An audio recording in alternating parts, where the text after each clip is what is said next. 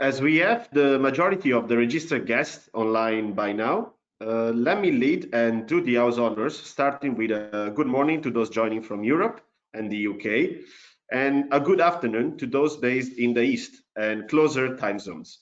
It's Fabio Stella here, Associate Director at Hawksford Corporate Services, and the chaperone for today's webinar.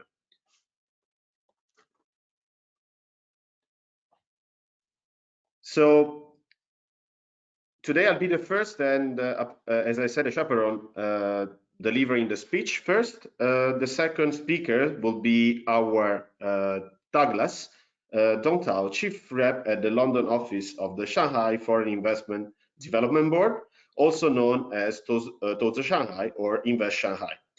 Also broadcasting from London, together with Douglas, your final guide throughout the last part of today's webinar will be Mr. Dennis Lim, China Desk Director and Country Specialist in charge of the UK-China Corridor for Santander Commercial Banking. Now, with Oxford section agenda as a background, let me explain in few words why we decided to come together as one between a leading corporate, private clients and capital market services provider, well rooted in Europe and Asia, Shanghai's Municipal Commission for Investment Attraction, from the heart of their operations and activities in the City of London, and the UK fifth player in retail and commercial banking operations, that is to say, Santander. Like many of you here today, our major challenges and strongest commitment are related to the scenarios likely to reshape the investment, trade, and mutual relationship scenario for a post-Brexit golden era of engagement between China and the UK. The more a United Kingdom reconfirms its global ambitions and the openness that has always characterized its business sector and multicultural society, the more China and its opportunities at home and abroad seems to offer a good sport in this complex 2020. Now, among the aspects we could focus on, the financial bridge between Shanghai, where I'm based, and London, where Douglas and Dennis will complete the webinar, appeared as the leading pillar thanks to the foundation laid last year for the Shanghai-London Stock Connect. 2020, in fact, not only represents the deadline within which Shanghai planned to become Asia's leading financial hub, but also the year in which that plan has pushed back to the more credible timeline of 2025. And the eastbound leg of the Stock Connect was finally launched over here. Hoping you like the materials we prepared around this mutual introduction, and without further ado, let me walk you through my agenda for today. We'll start with reasons that qualify Shanghai as China's best horse for financial services and operators. Then we'll move back into general assumptions on the current status and challenges of the Chinese economy. Finally, we'll round up recent measures and regulatory updates certifying China's and Shanghai commitment to finally open and liberalize one of the last sectors it had previously kept away from foreign investment in total. Very briefly, as I've already introduced the general who we are and what we do, I'll simply dedicate more time to our map in order to let you figure out which office does what at Oxford, with fund services currently based in Jersey, corporate services well distributed everywhere we sit in Europe and Asia, and private clients and families office services strategically set in our European and Southeast or Northeast Asia headquarters in Jersey, Singapore, and Hong Kong. Confident you're still with us? After this quick intro, let's dive in the current state of the art for Shanghai as the capital of China's effort to unlock the potential of its financial market. When we look at the contribution of foreign invested enterprises to the local economy, it's always good to let the passion with which we cater to them aside and just focus on the hard data. 25% of the city's GDP, 30% of the taxes collected here, 65% of the overall foreign trade data, and 20% of the job positions currently occupied in the city. All these show the kind of contribution that we came with pushing forward for plans to open the local market and sectors, but also turn Shanghai into a paramount for FDI. Now lagging behind other sectors and industries where no equity ratios or negative list items were left since years. Of course, regulations still apply to the financial sectors, and those have kept Shanghai in a comparatively decent position among global financial centers, but still behind a major competitor, for example, New York, London itself, Hong Kong, and Singapore. Now, that very same effort to push forward reforms and market openings, appealing to businesses and investors, didn't stop in the past few years, but mostly focused on solving hurdles and challenges. Those challenges were mostly tackling China's economic status quo, and that's why the regulators started to face them with regulatory updates. Let's start with the most popular piece of regulations nowadays and effective since January this year, but much trumpeted about since a while.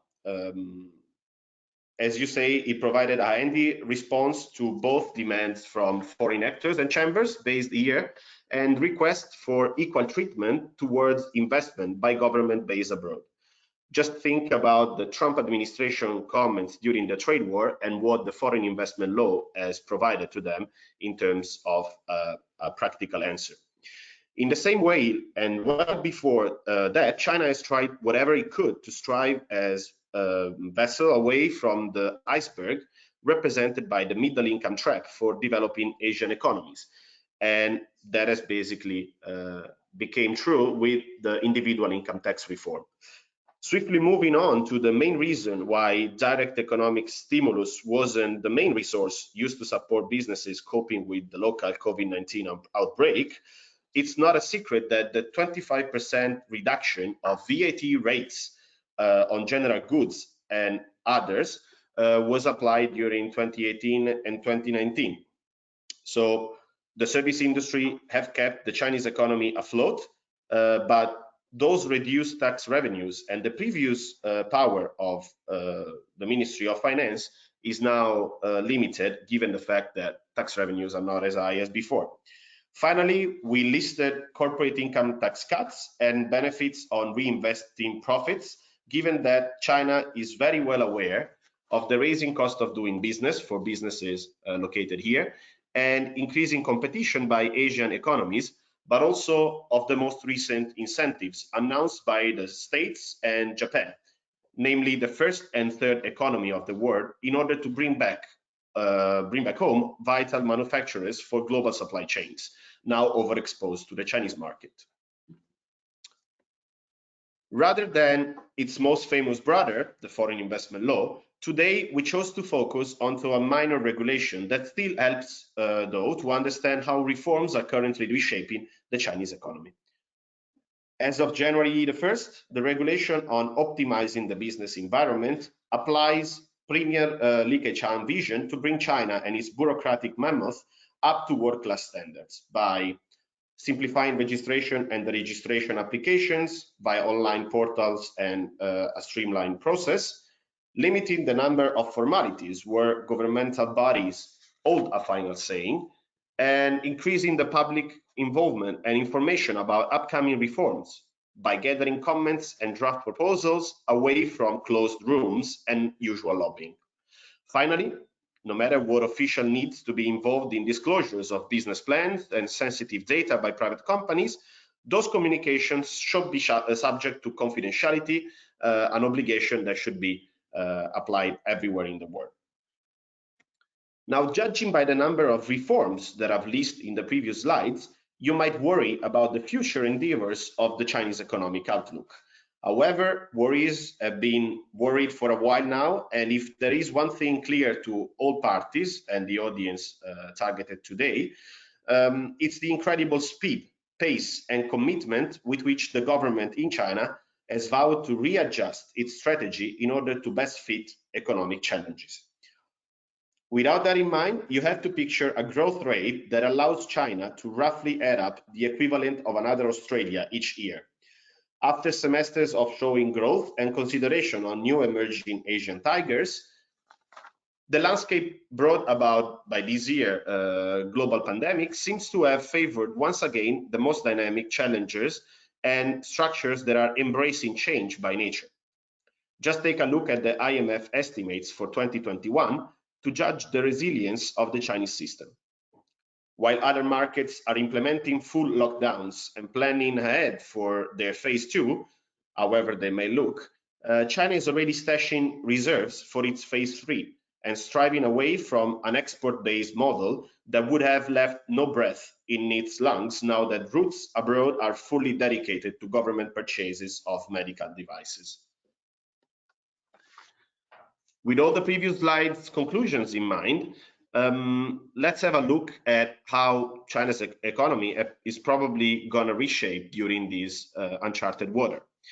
A positive outlook would tell us that the end of the SARS outbreak was at the core of China's digital economy boom, which turned China into today's giant, accounting for 39% of global expansion in 2019 alone. That's actually how Jingdong became JD.com, and that very platform now feeds the Chinese households with groceries every day as we speak. So the pessimist instead might say, hey, even though China can get factories back to work, how it's gonna protect the markets for its goods now hit by the outbreak? But we can't really use that argument if any attempt by China to increase influence in other jurisdictions is the critics' favorite choice against topics like involvement in 5G plans and, for example, the Belt and Road Initiative, which has become now something more similar to an health Belt and Road. We actually like the realist view more.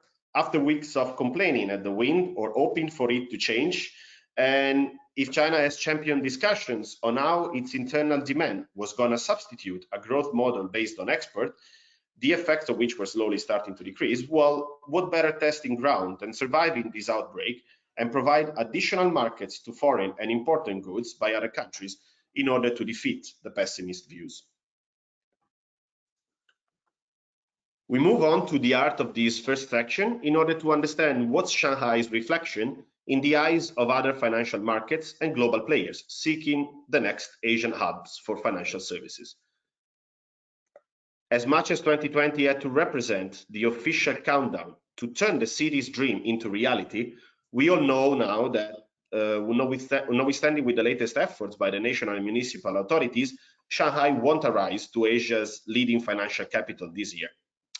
The map on the left, taken from Visual Capitalist, is quite clear in leaving that role to the wider battle between the eternal rivals of the continent, Singapore and Hong Kong.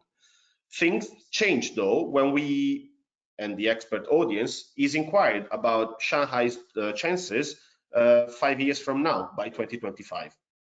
5 years in the making, and the pair of the Yangtze River Delta could become the main erosion factor for financial centers in the West, namely New York and London. With the US market striving away from Asian competition, what are the scenarios for the UK and Europe now challenged by the future of Shanghai, Hong Kong and Singapore, multiplying their chances of success thanks to economic growth in Asia? If I stare out of our office here in Shanghai between People Square and the Bund, I can see Pudong's Lujiazui Financial Center as the symbol of the national and government's effort to develop that new beginning from 1990, the year when I was born. If we experienced an acceleration in the last few months regarding the future attractiveness of Shanghai for global financial players, it's simply because the same push of 30 years ago has found a new pilot zone where to focus and thrive. That is to say, Lingang New Area.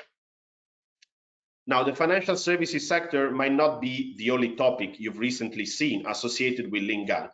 The district is in fact already hosting Tesla's Shanghai Gigafactory, in a plan where the car producer is mostly contributing with know-how and new jobs for the sector facing a global crisis, whereas the government, plus a bunch of state-owned lenders, make up the necessary working capital.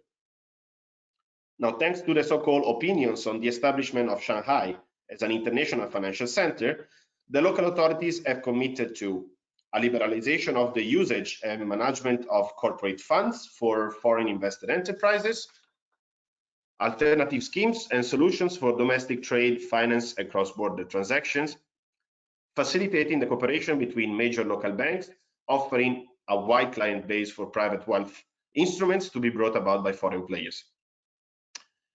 You may have noticed that I didn't mention joint venture as novel approach because the real news is the option for foreign firms to hold controlling stakes in the equity of securities and funds management companies. Another ceiling to be removed being the one for foreign invested life insurers, one of the most regulated businesses in the service paramount. In order to push state-owned enterprises and local investors to grasp the full potential of Lingang development, no historical reputation or experience in the sector will be requested to set up financial holding companies.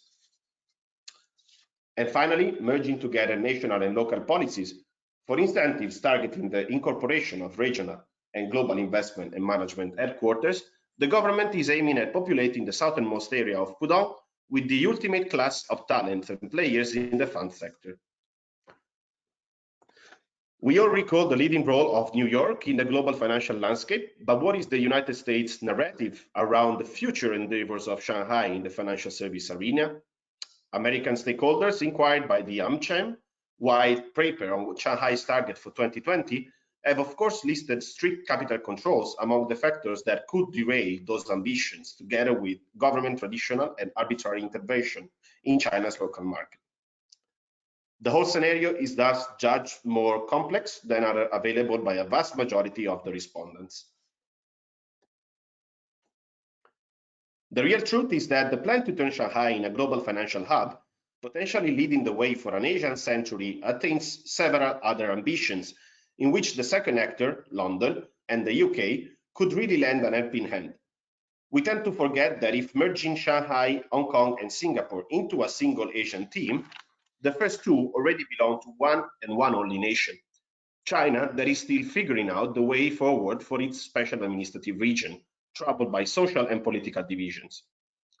With the UK holding the role of previous holder of the fate of Hong Kong, and London mastering a great example of a jurisdiction exporting something like 70% of the financial services of the planet, Shanghai seems to owe its future dreams to the stability of its sister city in the south and the wider match for friendly and beneficial relationships with the UK after Brexit.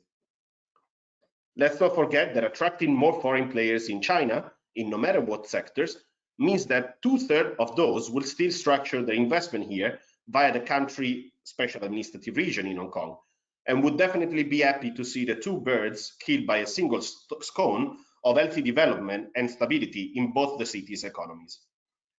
As I notice some of the institutions and personalities catering to the future of the UK-China Golden Era connected today, I leave you all with the wish that the financial ambitions for Shanghai will only be one of the several bridges laid for investments and cooperation in the two countries, as whenever that happens, Hawksford team of professionals will be here for your business and help you thinking beyond tomorrow.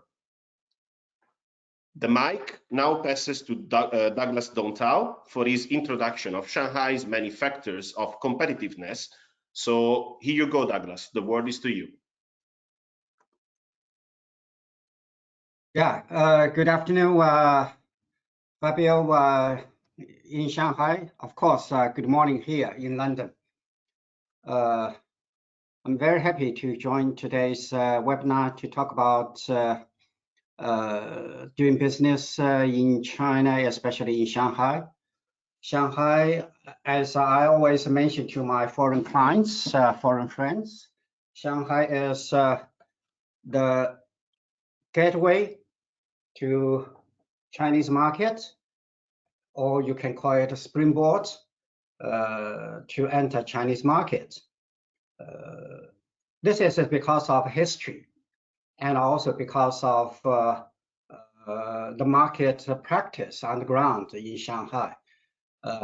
Shanghai, you know, since a very long time ago, became the cosmopolitan in the Far East, even before Second World War.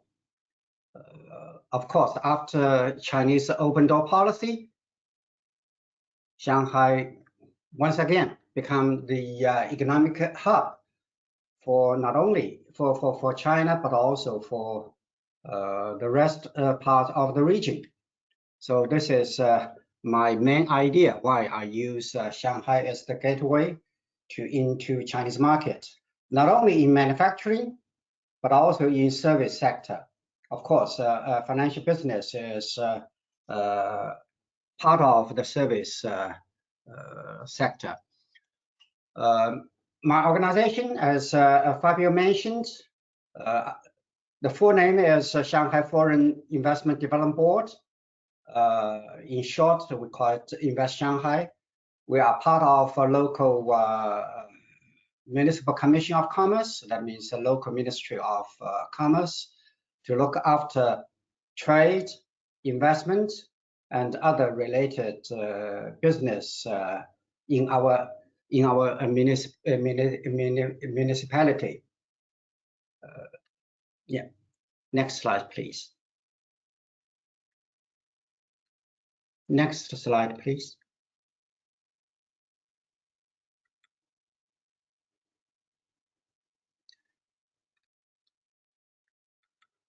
Next slide, please. Okay. Just now, Fabio already mentioned his company's location and their business. Of course, Fabio is located in Shanghai. Shanghai is a part of China, is one of the 4 municipalities under the central government.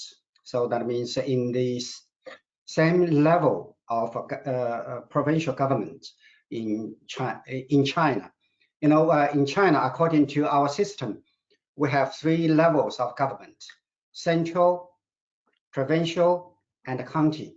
So Shanghai is in the same level of a provincial government.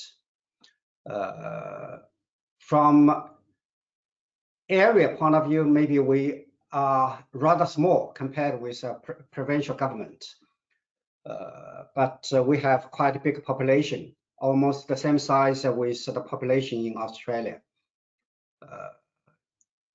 From geographical location point of view, I think it's very good. You know, along the coast, we're in the middle, and also we are the starting point of inner river transportation, because ship can sail from Shanghai up to Chongqing for both passengers and also for goods. And of course, you know, we have flights and railways to link all parts of China and also the rest of the world. So we enjoy a very good geographical location. Next slide, please. Next slide. Okay.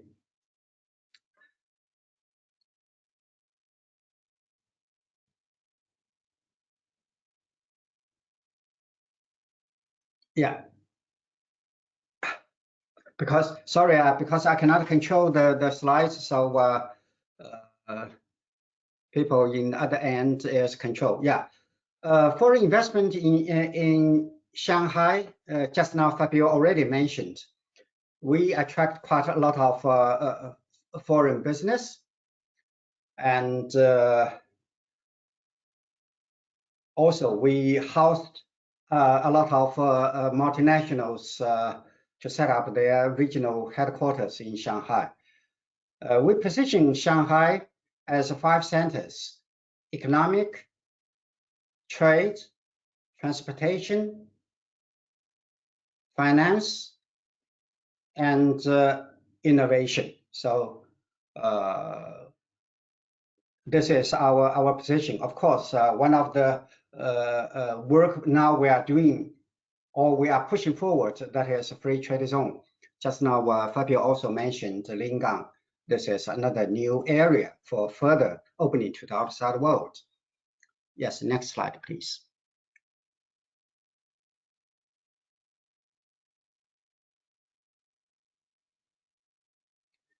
This slide I already mentioned. Shanghai, after opening to the outside world, we successfully attract a lot of foreign investment into Shanghai. Some of the figures Fabio just now already mentioned. So I won't talk this slide anymore. Next slide, please.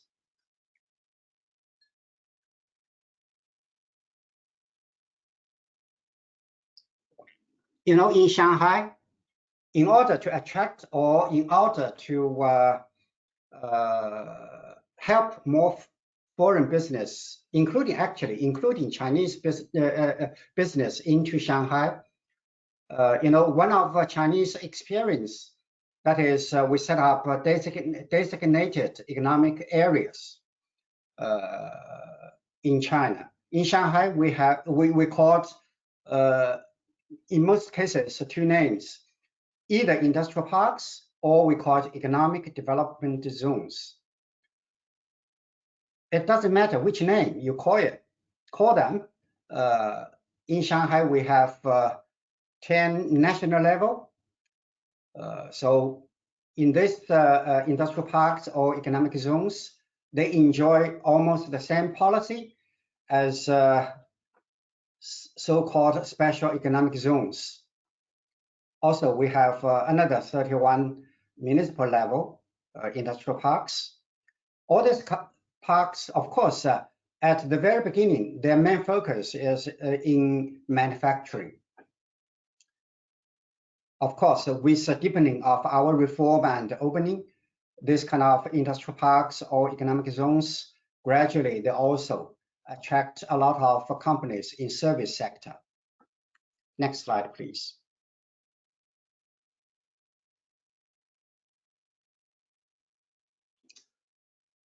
These are the major sectors now we are focusing, especially during this global pandemic period. After that, of course, we will carry on our existing policy. We focus on this kind of sectors, and we hope we can still introduce more foreign investment in all these sectors. One of them is biotech. You know, now every country in the world now, especially in the West, are working very hard to find new drugs, new medicines, or new vaccines for the prevention and treatment for the coronavirus. So biotech will be a very, very important sector for Shanghai.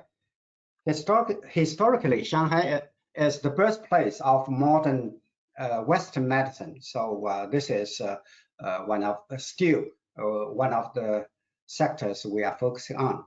Another is heavy equipment or machine tools manufacturing. This is also because of Shanghai's history. Shanghai was one of the earliest places in China. We have a heavy industry, shipbuilding, iron, steel, automobile industry, all this kind of thing. We need machine tools. So this is another very, very important sector for Shanghai. Of course, in Shanghai, we have some very famous companies in this sector.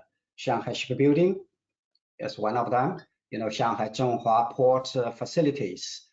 Now, almost all the ports, if they want to expand, they need Zhonghua's port equipment. So this is still another sector we want to further develop this kind of sector. Another sector, of course, is ICT. I don't want to mention this too much. This is every country now is focusing on this. Another sector, of course, related to our topic today, that is service. Financial service is one of them. You know, now Shanghai is endeavor itself to the goal to convert Shanghai into financial centers, not only for China, but also for the world. We're working for this. Shanghai now, we are focusing on our further opening and also deepening our reform. Now we are endeavor ourselves into Free Trade Zone 3.0. This is something just now Fabio mentioned, the Lingang area. We are trying to set up the most free area in that part of Shanghai, the far east part of Shanghai, to convert into almost equivalent to the service or facilities like Singapore or Hong Kong. So we call it Free Trade Zone 3.0. Another issue mentioned also in Fabio's presentation just now, that is new foreign investment law. So negative list, most probably participants today know that this was initiated in Shanghai several years ago. So Shanghai, I'm so confident that we will lead or we will be the pioneer in the opening and reform for China in almost all aspects. Financial sector and modern technology will be on the top of our agenda. Next slide, please.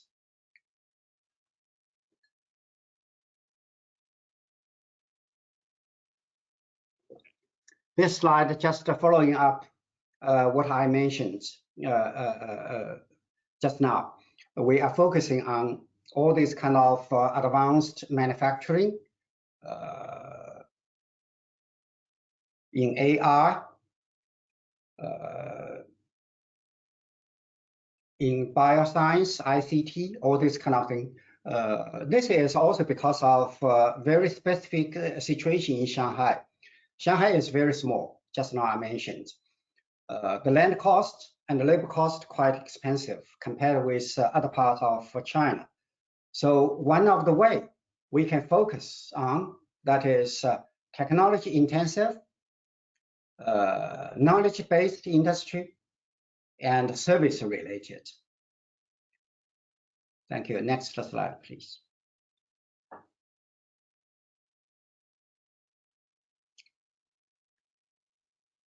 You know, this is also Chinese experience. When we set up our goal, want to develop a certain business, usually we want to put them in clusters.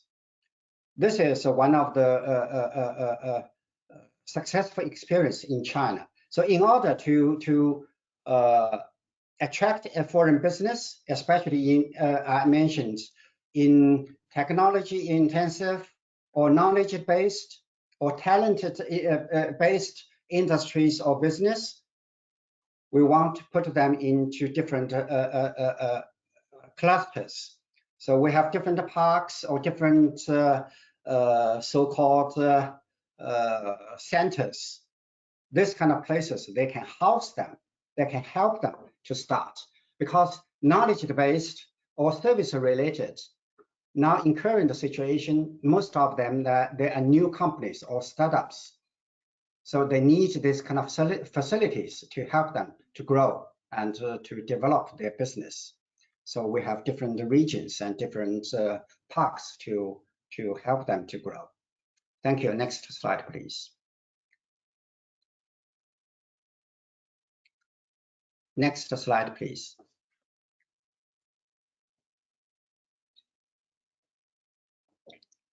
Just now, as the hardware, that means different parks or different buildings or different facilities to house them or to attract them to register or run their business. Actually, another thing I really want to mention is software. Doing business, you need both. In Shanghai, we can really say we are the only city in China we can provide very favorable working conditions and also living conditions for foreigners or for people from other parts of China to stay and work. One of the advantages, we have a lot of universities. So if you want to expand your business in China, the students are ready for you. And also, we are the transportation hub. Logistic is so convenient in Shanghai. People living in China, perhaps, especially in Yangtze River Delta, we really have one of the high efficient logistic system, this kind of basic infrastructure there. And also, we have very good living conditions. Next slide, please.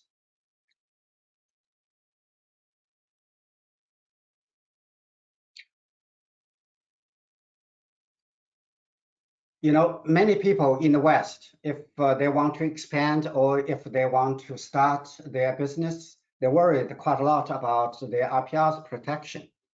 I can tell you, I was one of the earliest teachers in Shanghai teaching intellectual property and technology transfer in Shanghai.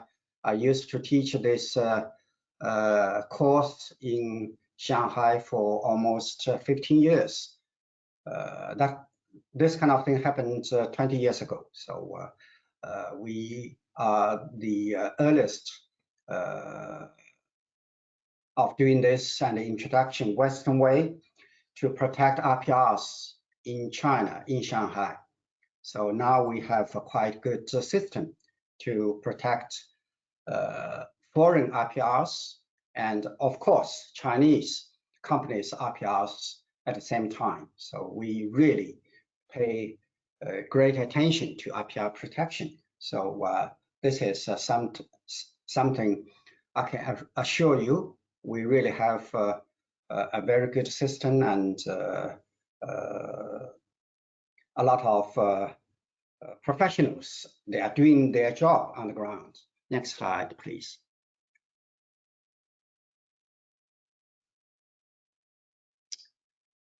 Next slide, please.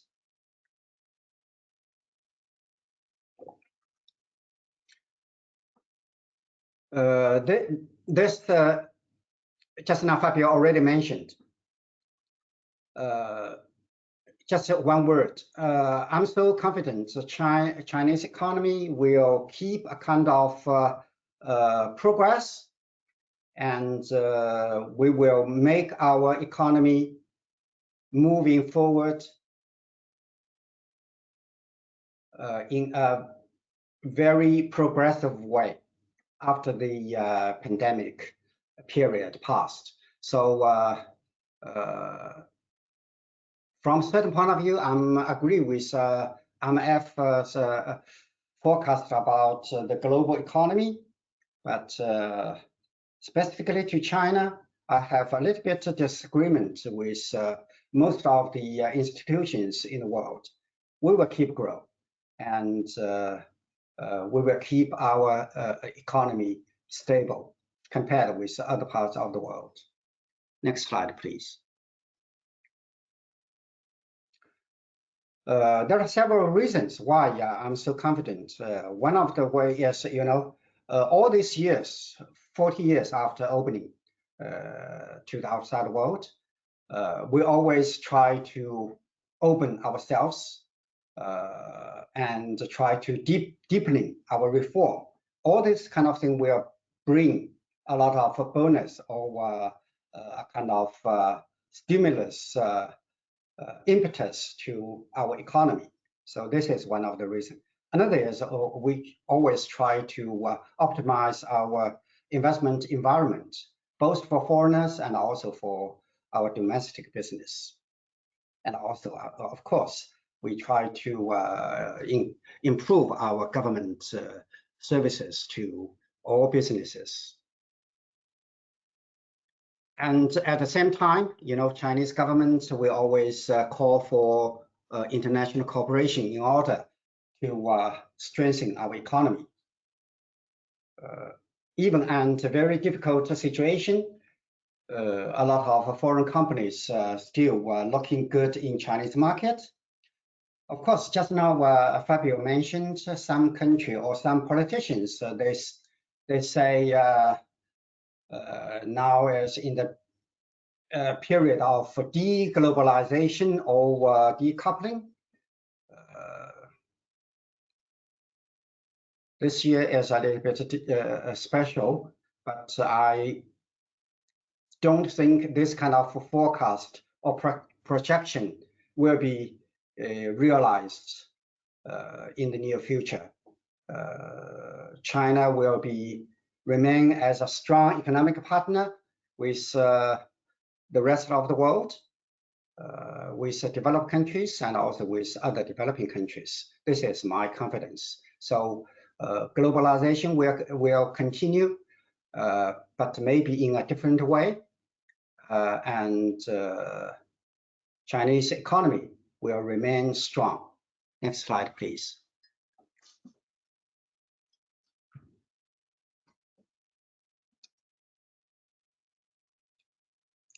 Okay, thank you.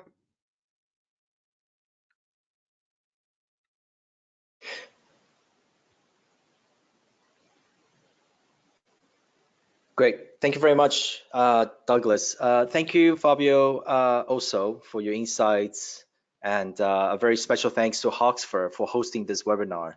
As many of you know, Hawksford has been a long-standing partner with Santander. And also, I would like to extend my thanks to my colleagues, Santander Asia and Bank of Shanghai, for their support, and they will be happy to join me for the Q&A at the end. So good morning from London. My name is Dennis, and I have been responsible for Santander UK's China business since 2015. So my presentation will blend nicely from Fabio's overall trends, policies overview, to Douglas's Shanghai-specific policies and supports. And finally, my section will showcase some actual trade supports. Fabio, next, please.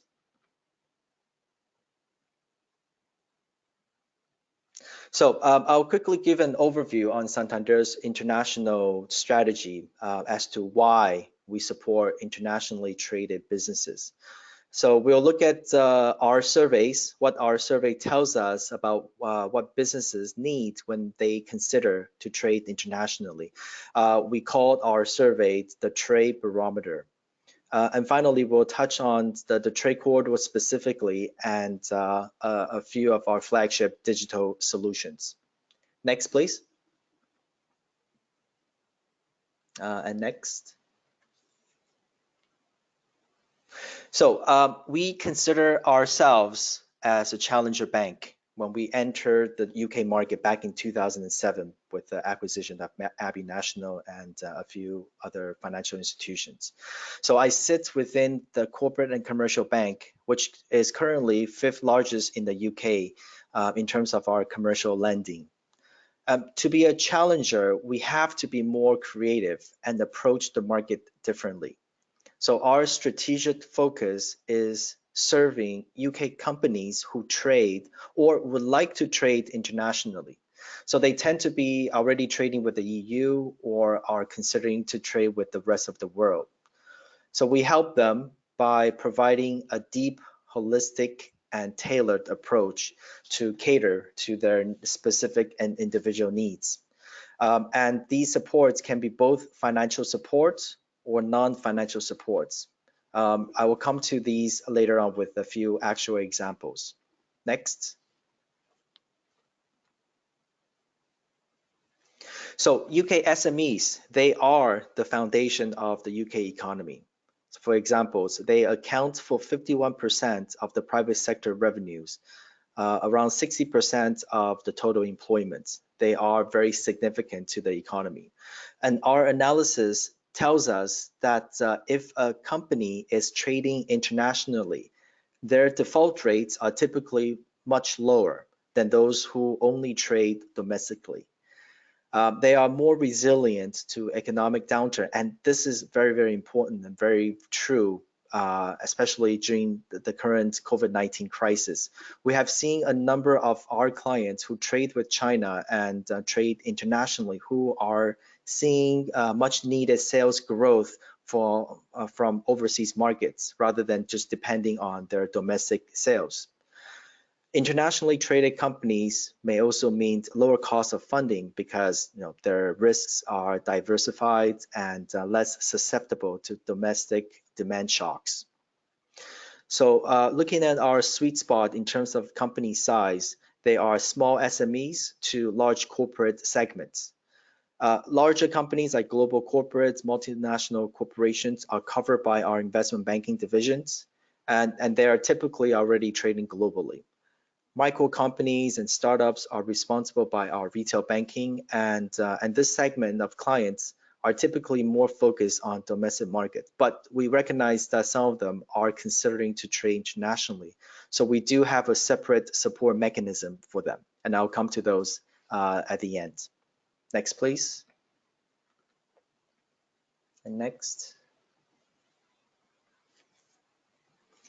So we conduct our annual surveys to UK businesses, and the key findings here is that access to finance is actually way down in terms of the priorities. You can see only 7% in terms of a response from our survey.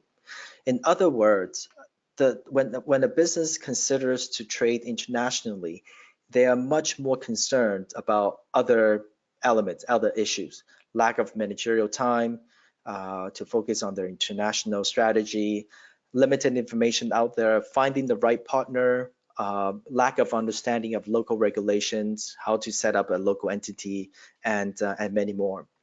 So access to finance, it's not even a top 5 concerns. But of course, access to finance is the core business for a bank. So what we had to do was to rethink our approach in order to support these companies effectively. Next, please. So despite the challenges to trade internationally, our survey also tells us that companies believe to achieve their growth aspiration, they need to consider expanding into overseas markets. And from the survey, we see US and China were on the top of their considerations. So Santander started to reflect our positioning and start laying out support mechanisms to respond to these growing needs. Next. And next. So one of the first things we did was to acknowledge that, okay, access to finance, which is a core business for the banks, is not a priority. So we needed to address other challenges. So we started to reach out and find the right support partners. And ultimately, we have built up an ecosystem of experts to address those challenges. So for example, when a UK business requires support on setting up an entity in Shanghai, I can refer them to Hawksford. And if they need strategic advice, I can refer them to Invest Shanghai for their hands-on and expert advices. So if you have concern about your labeling or certification, we can refer you to, for example, China Certification and Inspection Group. We know that we are not experts in all subject matters, so these partnerships are effective ways for us to help UK companies. Next, please. And when it comes to financial support, we also recognize that as Santander, we are not in all parts of the world.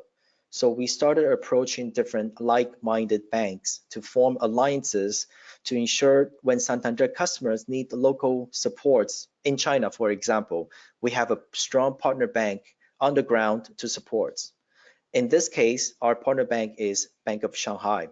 I will have a more specific slides on this partnership later, but for other geographies, businesses may be supported by either Santander's own bank, Let's say if you look at the map, US or Brazil or Argentina, we have our own Santander Bank, or supported by other local banks if Santander is not present there. Let's say Abu Dhabi Commercial Bank in the UAE or Industrial Bank of Korea in South Korea. So our objective is to continue building these alliances and to support these important trade corridors to connect Santander clients with the rest of the world. Next, please. And next. So the discussions on the Chinese opportunity has always been a bit polarizing. So reflecting again on the trade barometer surveys, businesses recognize that growth potential and are considering to export to Chinese markets.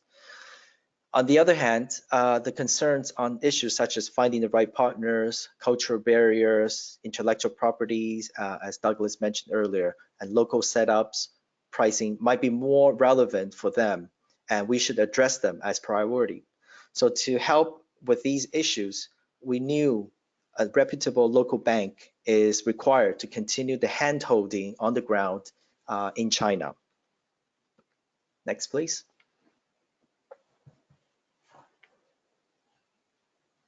So in 2014, Santander completed the acquisition of Bank of Shanghai, becoming the third largest shareholder, and formalized a strategic partnership. The essence of this partnership is bringing together the strengths of a strong international bank and a reputable local bank to facilitate trade investment between Santander markets and China. And since then, a specialized Santander Asia team sits and works alongside Bank of Shanghai's International Business Division to help customers tackle complex issues when trading between the two countries, and specifically between China and other Santander geographies. As mentioned earlier, my colleagues in China are on the line and will be happy to answer any particular questions at the end. Next, please. So Bank of Shanghai is a full service bank and can support both corporate banking and retail banking. They also have established a strong ecosystem of supports that I have mentioned earlier. And Hawksford has been a leading example of a successful collaboration. We have jointly supported a sizable number of clients, setting up both the local banking and the local entity, of course, and the corporate services from Hawksford in China.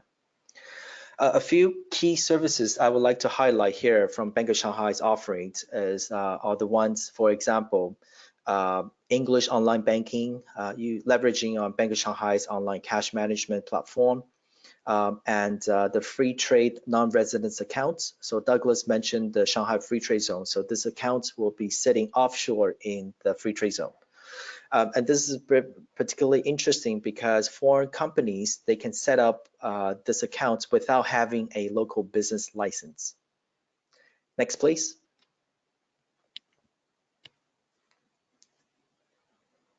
From the UK side, we support UK companies by understanding their customer journey entering a new market. So we understand their route to market, and each step into the Chinese market are mapped out and aligned with support from our ecosystem partners. This mapping exercise also reflected on the supply and demand between UK's strengths and China's consumers' needs. So from these analysis, we have given a few examples where we find particularly strong interest in China and where these are some of the core sectors in the UK. These could be e-commerce and retail, whiskey sector, and particularly what's very relevant now are the life sciences sector. Next, please.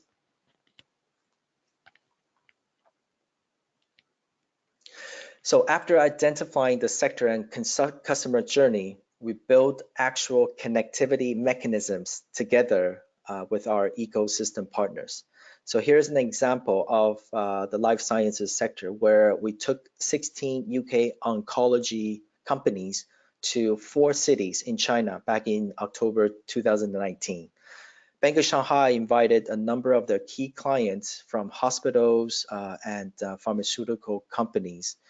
There were 4 matchmaking sessions in those 4 cities as well. So this connectivity received the attention from heads of DIT. In this particular photo, it was Harjinder Khan, and even Her Majesty's Trade Commissioner Richard Burn showed strong support in these initiatives. Next. Another example was in the retail sector. We connected British brands with channel players in China. Since 2015, when the golden era between UK and China was first coined, Santander and our partners have been proactive in building the bridges to help UK companies. We felt by actually going to China, taking UK companies to China, companies will have a much better grasp of what the market is like. But due to COVID-19, we are obviously now in a crossroad of how we can build these connectivities.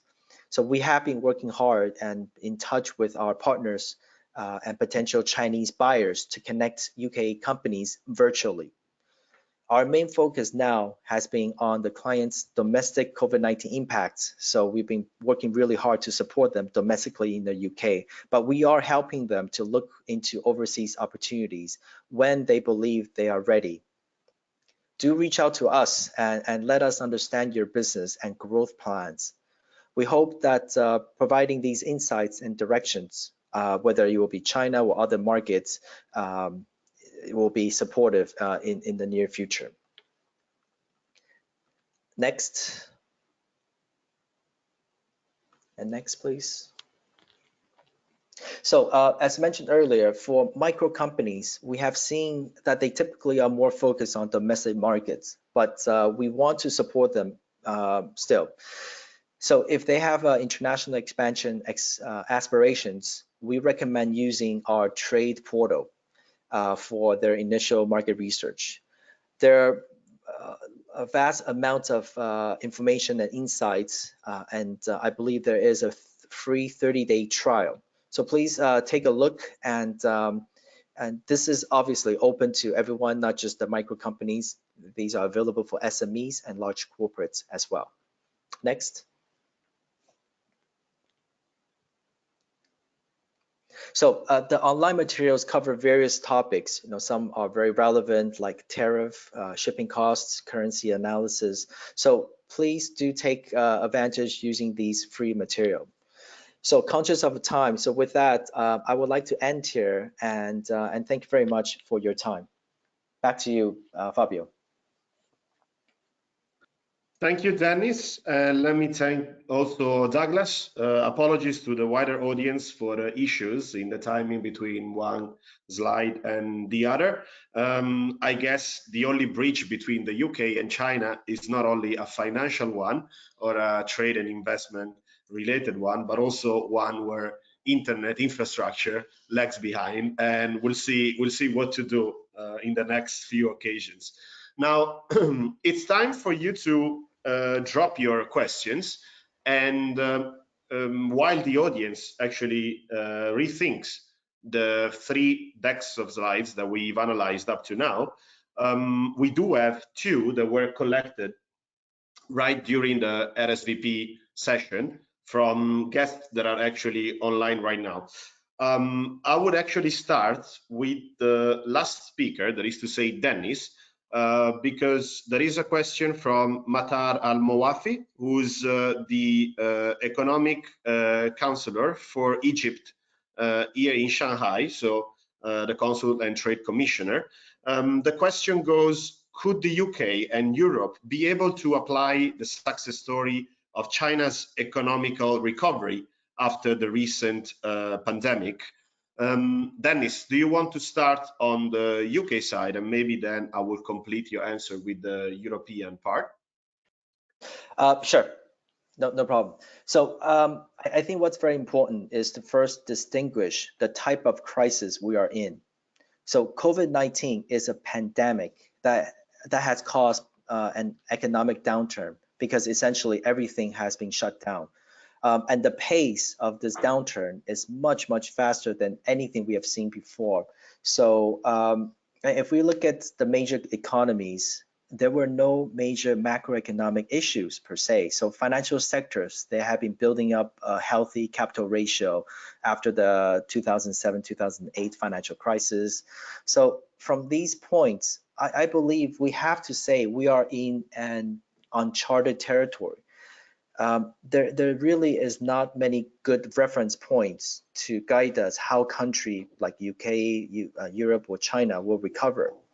So some people will compare the crisis to the Spanish flu, but the world is a much different place now compared to much more connected now than during the Spanish flu crisis. So my point so far is that we will to observe when the recovery, we simply do not really have a reference point or comparison. In terms of the Chinese recovery, I want to allude to a few key points. So after the financial crisis, there was a massive, more than $500 billion of stimulus package in China. And this actually fueled a credit-led recovery. And indeed, that has helped the world economy restarting. But China has ever since been trying to leverage that. So for this crisis, we don't expect a very aggressive monetary and a tremendous stimulus package that we've seen in the past. But instead, and Fabio, you have pointed out quite a few, there has been quite a bit of fiscal policy on the taxes. So I believe that we still need to observe how effective the fiscal policies or the monetary policies will play out. But these are certainly areas that I would observe whether the new stimulus, the new monies will actually be trickled down into the real economies to help with the recovery. Yeah, thank you, Dennis, for your views on the UK market. I guess being an Italian national myself, and having served in the board of directors of the China-Italy Chamber of Commerce up to a few hours ago, because we just ran the last election rounds, I can say that at least for Southern Europe, and with that I do mention Spain and also Italy, which are relevant markets not only for Santander but also for investments in Shanghai. We're definitely going to see a slower pickup.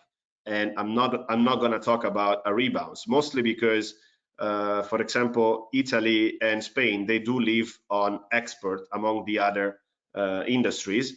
And you know better than us that tourism on the other side has been among the hardest hit industries over here in China. And that's the very same for Italy and Spain, that every single year attract millions of tourists. So we're going to probably see something more similar to a stagnant economy going forward, mostly because while, for example, Spain was already coming out of the last global financial crisis from 2008 and 2009, as a matter of fact, it was very close to pick up Italy's post in the list of the most important economies in Europe. For Italy, it has been already a scenario of 15 years of lagging behind with growth, and that's simply going to repeat itself. Companies are used to weather these kind of storms, but unfortunately there are a lot of exporters or micro companies that, focusing on the local economy, might be able to save themselves or to resist until a solution is found. We mostly talk about a vaccine nowadays, but a global pandemic is mostly fought with the correct kind of drugs usage, and we do know that a lot of the solutions that were listed before are not actually effective against COVID-19. With that in mind, I guess we can pass to Douglas' view to understand what is the Shanghai municipal outlook on, for example, the kind of growth or the kind of developments expected in Europe and the UK. Douglas, do you want to give us your view? Yeah, thank you, Fabian. Yeah, From my past experience, especially during the SARS situation and also the global financial crisis, of course, it will be a kind of a downturn period and a slow recovery for all the economies in the world. This will be this kind of situation, and it will last for some time. So now this is another step for all the countries in the world, how to overcome this kind of situation. Now everybody is competing with one another, who will be the first or who will be in the leading position for this kind of reopening and covering of their economies. So it depends on the speed and also how cautiously they can manage or keep this kind of balance. From one hand, to control this kind of spreading of the virus, and another hand, try to recover their economies. So this is kind of a balance. But we have to wait for a while for all the parts of the world to go through this kind of crisis. But definitely, economy will bounce back after the pandemic because of the consumption is there, demand is there, manufacturing need to restart. People's consumption will pick up. So this is my experience, especially from Asia. We experienced the SARS period, and also in the rest of the world, we experienced this kind of downturn during the financial crisis. So for me, I'm a little bit confident this will be a short-term downslide of the economy. This mainly because of the lockdown. So we have to wait and be a little bit patient about this kind of situation. Thank you, Fabian. Thank you, Douglas. So for those that didn't get to submit their questions, if they have any, you find right below the picture of each of us the email address with which you can hit us with any doubts or even curiosities from today's slides.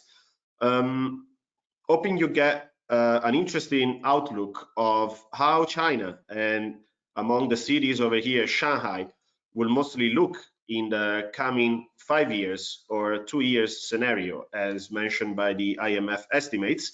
I thank you for your attention, and I wish you the best for the upcoming months, especially for all those of you that will experience soon a reopening of their economy in phase 2.